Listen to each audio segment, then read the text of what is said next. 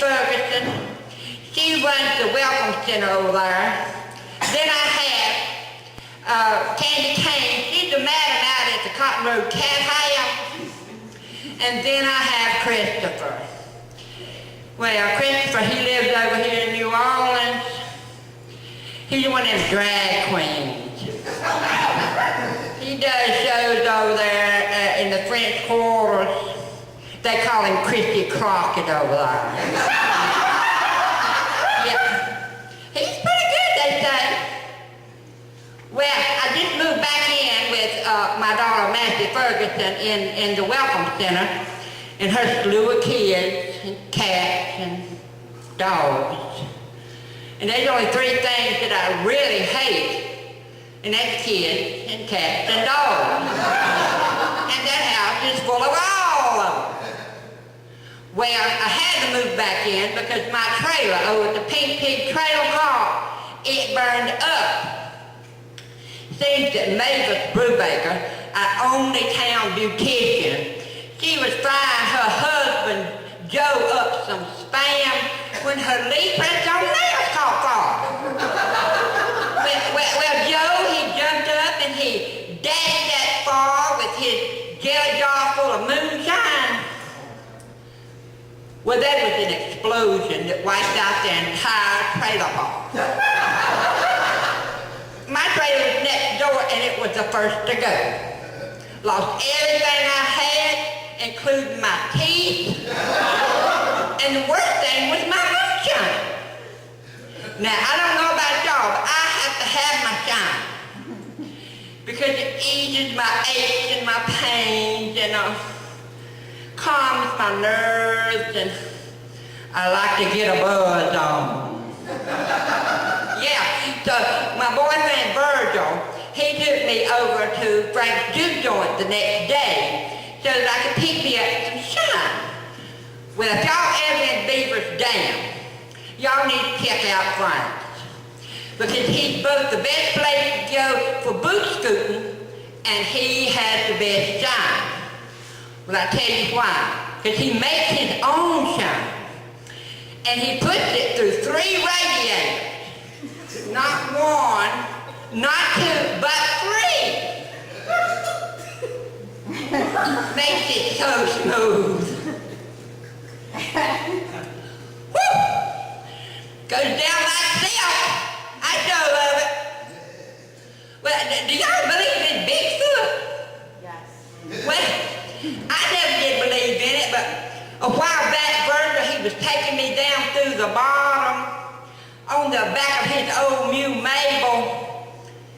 And when we was getting ready to cross Vernon's Ford, that mule just stopped. Stopped dead in his tracks. Would not budge.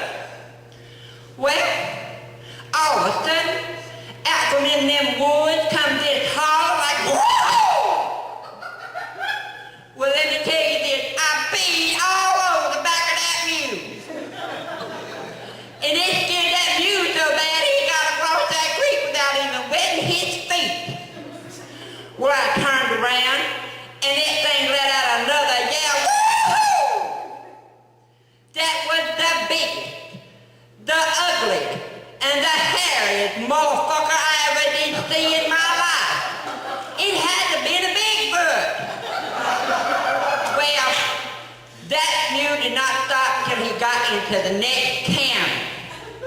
Well, I know what y'all saying. We was already drunk. We was seeing things. We hadn't got the shine yet. We was on the way to get it. But I can tell you this. When we got home, we got a buzz on. That's for sure. Well, I've been wanting to try to get me a job doing that phone sex stuff. Y'all heard about that? Yeah, good, ain't it? Well, there's this company called the Love Makers. So I've been wanting to get a job, and I'm gonna, I got my little thing together, I'm gonna show y'all. Okay, just let me know what y'all think. Hey, baby. Ooh. Hey, sugar lips. Want me to do a lip lock on that Jimmy stick of yours? Ooh, baby, send my money. How do you think that is? That got